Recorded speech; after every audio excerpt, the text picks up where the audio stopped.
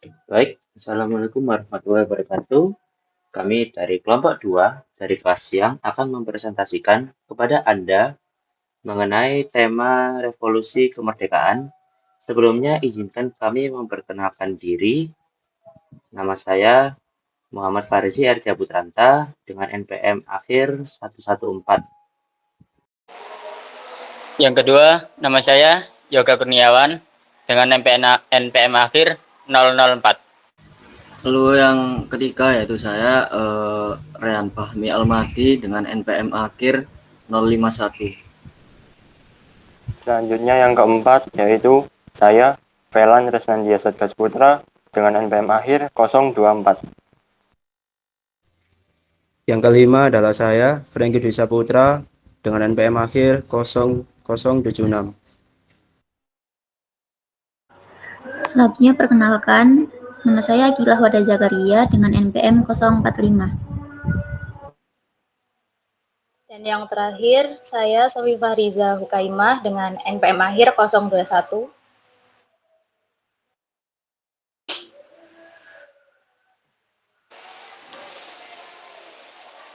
Proklamasi. Proklamasi Kemerdekaan Indonesia pada tahun 17 Agustus 1945 menandai puncak perjuangan bangsa. Tetapi, tantangan belum berakhir.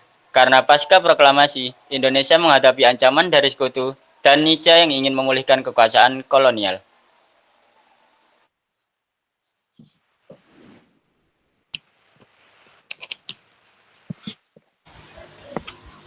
Lalu pada masa perjuangan, masa revolusi fisik pada tahun 1945 sampai dengan 1949 ialah periode penting dalam mempertahankan kedaulatan negara yang baru merdeka. Berbagai aspek dari pergolakan revolusi tersebut tercerminkan pula dalam kesenian umumnya dan seni lukis khususnya. Seniman masa itu menggunakan karya-karyanya sebagai propaganda untuk menggalang persatuan dan mempertahankan kemerdekaan. Menjadikan perjuangan mempertahankan kemerdekaan tema utama karya seni mereka. Seni rupa sebagai produk zamannya mencerminkan ekspresi manusia dari masa ke masa dan mewakili gambaran fisik serta perasaan suatu periode di mana seni lukis merupakan salah satu bentuk seni rupa paling awal di Indonesia yang tidak hanya sekedar coret-coret tetapi memiliki tujuan lebih dalam. Next.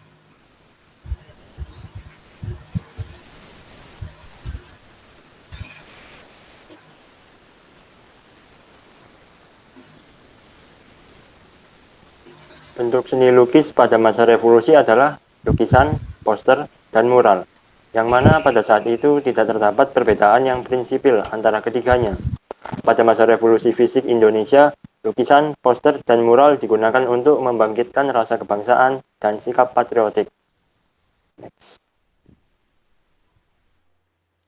Contoh seni lukis di era revolusi kemerdekaan. Seko tahun 1949 sampai 1950 bercerita tentang seorang seko dalam bahasa Jepang dari baju depan yang membuka jalan bagi seluruh pasukan. Gerilyawan RI yang melintas di kawasan Prambanan, Yogyakarta tahun 1948 sampai 1949. Selanjutnya.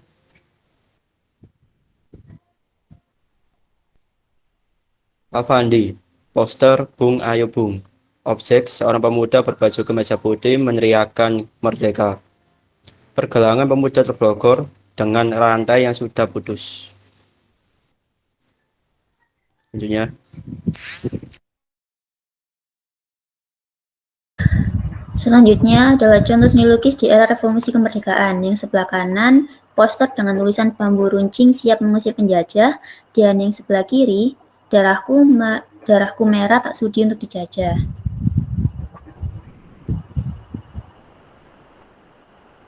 Karya-karya lukisan, poster, dan mural memiliki peran penting di masa revolusi, karena umumnya karya-karya tersebut memuat unsur-unsur propagandis seperti simbol, warna-warna, dan kata-kata yang apabila diinterpretasikan dapat menggugah semangat juang siapa saja yang melihatnya. Alasan ini pula yang membuat karya-karya seni tersebut berfungsi antara lain sebagai reminder atau pengingat akan konsep persatuan dan nasionalisme, serta pelopor semangat juang rakyat.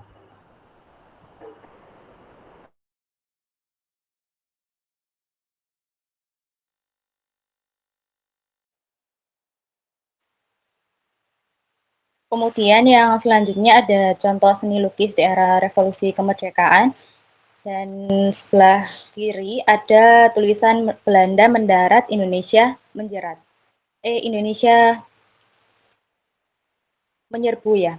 Kemudian ada hanya persatuan yang memutusi. Kemudian ada poster juga awas mata-mata musuh ya. Yang mana seni lukis ini digunakan untuk memprovokasi masyarakat-masyarakat Indonesia yang saat itu sedang dijajah.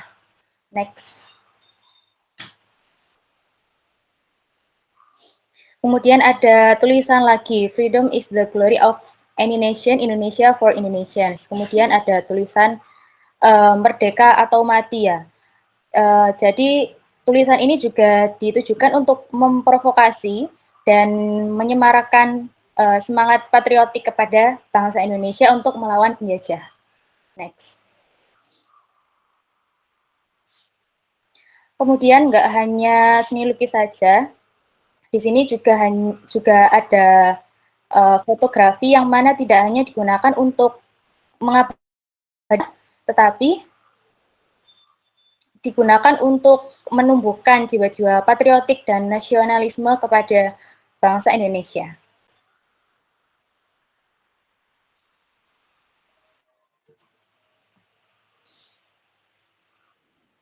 Jadi, kesimpulan yang bisa diambil adalah perjuangan tidak serta-merta menggunakan bambu runcing, senjata api, maupun senjata lainnya.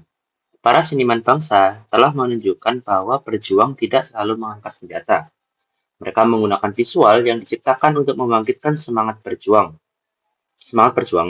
Dengan adanya gambar-gambar tersebut menjadi bukti bahwa segala cara telah dilakukan para pendahulu kita agar api perjuangan tidak akan pernah padam. Seperti yang kami singgung tadi, kata, kalimat, poster, dan lainnya bukan cuma coret-coret para seniman yang tanpa arti, namun merupakan bentuk perlawanan terhadap penjajah yang berusaha merebut tanah air kita. Para seniman menunjukkan dedikasi pada tanah airnya. Mereka menggunakan kemampuan artistiknya untuk mempersuasi pemuda Indonesia guna mempertahankan negara.